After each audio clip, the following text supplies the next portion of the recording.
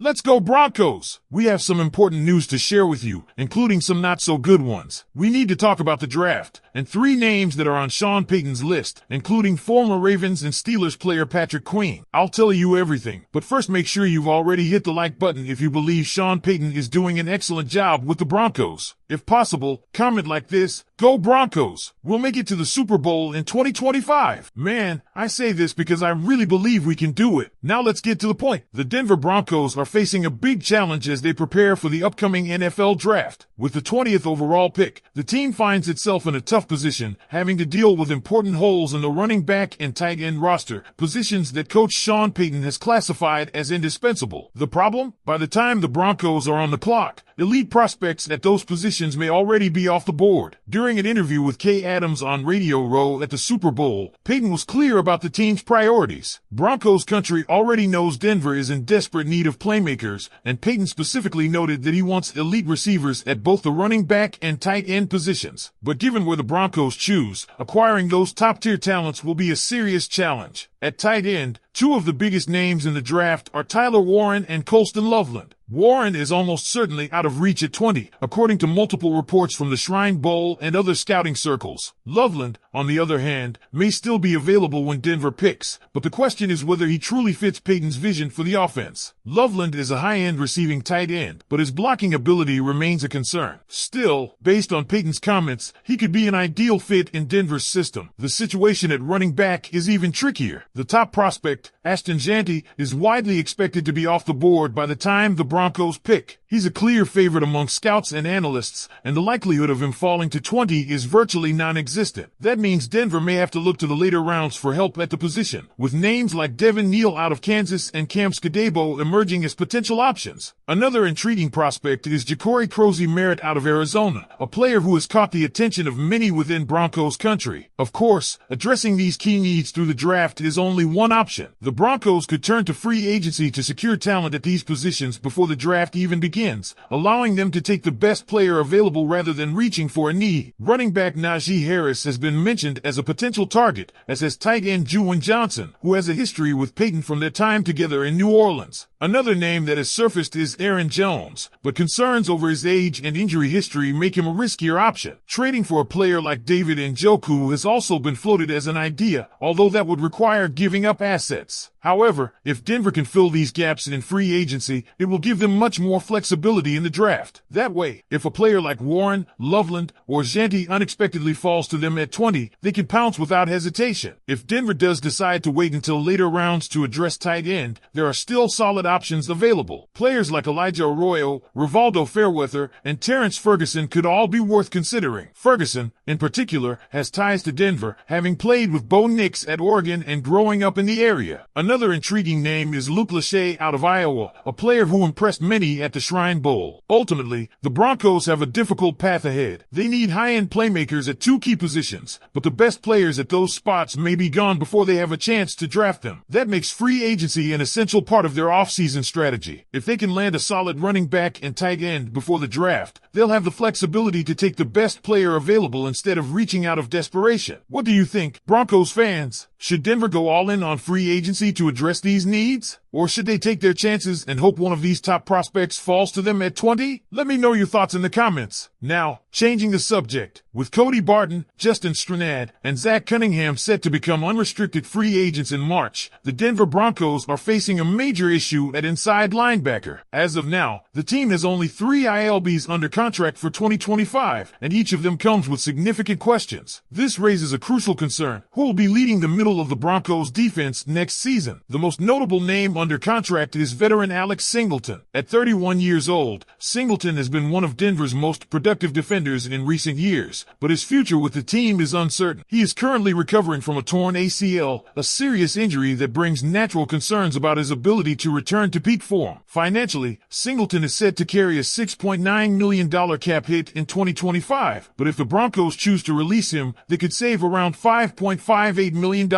That makes him a prime candidate for either a restructured contract or even an outright departure from the team. Even if Singleton remains in Denver on a reduced salary, his post-injury performance is a major question mark. Can he return to his pre-injury level, or will the Broncos need to prepare for a significant decline? The second ILB under contract is Drew Sanders, but his role in the defense remains unclear. Since being drafted in the third round in 2023, Sanders has been viewed as a versatile piece, capable of playing both inside linebacker and edge rusher. However, after returning from injury in 2024, he played just 18 defensive snaps across 4 games in a rotational role. With his future position still uncertain, it's difficult to pencil him in as a surefire starter in 2025. The third linebacker under contract is KJ Cloyd, who signed a reserve/future deal in January after spending 2024 on the Broncos practice squad. While Cloyd has potential, it's unlikely he will be more than a rotational backup and a key special teams contributor. Counting on him for a major defensive role would be a risky gamble. Given this situation, the Broncos will need to add at least one starting caliber inside linebacker this offseason, possibly even 2. Even if they re-sign Cody Barton, who played a significant role in 2024, Denver still needs more talent and depth at the position. So, how will the Broncos address this issue? They have 2 main options: targeting inside linebackers in free agency or finding a solution in the draft. On the free agency market, several intriguing names could be available, but signing a top-tier ILB won't come cheap. Players like Patrick Queen, Devin White, and Willie Gay Jr. might hit free agency, but their market value could pose a financial challenge for the Broncos, who have other pressing needs to address. If Denver turns to the draft, the 2025 linebacker class offers some strong options, though few are guaranteed instant impact players. Prospects like Junior Colson, Michigan, Jaron Cooper, Texas A&M, and Jeremiah Trotter Jr., Clemson, could be available at different points in the draft. The challenge will be finding a player who can contribute immediately, as the Broncos can't afford to take a long-term developmental approach at such a critical position. One thing is certain: the Broncos cannot enter the 2025 season without a solid answer at inside linebacker. The team already has enough uncertainties at other positions, and ILB is a key role that helps anchor the entire defense. Broncos country, we want to hear from you. How should the team approach this linebacker situation? Should they go after a proven free agent or take a chance on a young talent in the draft? Drop your thoughts in the comments. The Denver Broncos are heading into a crucial offseason with major roster decisions looming at 2 key positions: running back/tight end and inside linebacker. Both areas are essential for the team's success in 2025, yet Denver faces serious challenges in addressing them effectively, given their current draft position and cap situation. On the offensive side, head coach Sean Payton made it clear that the Broncos are in dire need of playmakers at running back and tight end. However, with the 20th overall pick in the draft, landing an elite talent at either position will be a challenge. Top prospects like tight end Tyler Warren and running back Ashton Jeanty are expected to be off the board by the time Denver is on the clock. That puts the team in a tough spot, forcing them to either hope for a draft day surprise or look elsewhere to fill those needs. Colston Loveland, a talented tight end out of Michigan, could be available at 20, but his blocking ability remains a question mark. As for running backs, the Broncos may need to turn to later rounds for options like Devin Neal or Cam Skadebo. Given these uncertainties, Denver could look to free agency for solutions. Names like Najee Harris, RB, and Juwan Johnson, TE, have been linked to the team, with the idea that securing veteran talent before the draft will allow the Broncos to take the best player available rather than reaching out of desperation. Go Broncos!